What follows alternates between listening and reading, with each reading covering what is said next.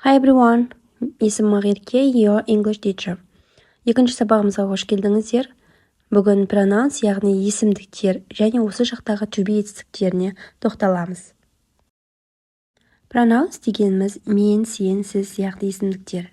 Яғни I, мен, you, сен, сіз екі формада да қолданылады.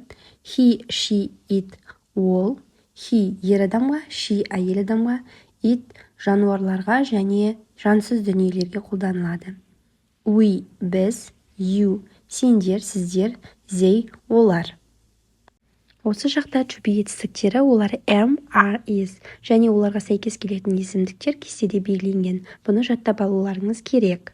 I am, you are, he is, she is, it is. We are, you are, they are. Және to be етістіктері міндетті түрде сөйлемде бастаушыға тікелей жалғанады. To be етістіктері сөйлемде қосымша етістіктер болып табылады және олар қазақ тіліндегі жіктік жалғауларының рөлін атқарады. Мысалы, мен адаммын, сен адамсың, сіз адамсыз, ол адам, немесе біз қазақпыз, сендер қазақсыңдар, олар қазақ деген сияқты. Мысалы, I am a doctor, мен дәрігермін. I am Madina, мен Мадинамын. You are a teacher, сен мұғалімсің. She's a nurse, ол медбике. He's happy, ол бақытты. We are Kazakhs, біз қазақпыз. They are smart, олар ақылды. Бұлардың бәрі to be етістіктерінің болымды сөйлемдегі қолданылатын формуласы. Болымсыз сөйлемдегі to be етістігінің формуласы келесідей болады. Бастауыш, одан кейін to be етістігі, одан кейін not. Қосымшасы жалғанады. Мысалы, I'm not a doctor. Мен дәрігер емеспін. You are not rich. Сен бай емессің. He is not 7 years old. Ол 7-де емес. She's not tall. Ол ұзын емес. It's not yellow. Бұл сары емес.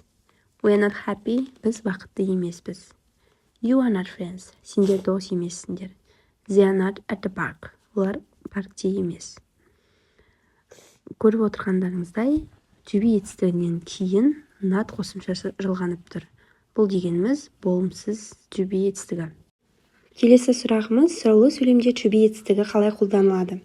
Сұраулы сөйлемде to be етістігі сөйлемнің ең басында қолданылады. Мысал келтіре кетсек. Is she beautiful? Ол әдемі ме? Yes, she is.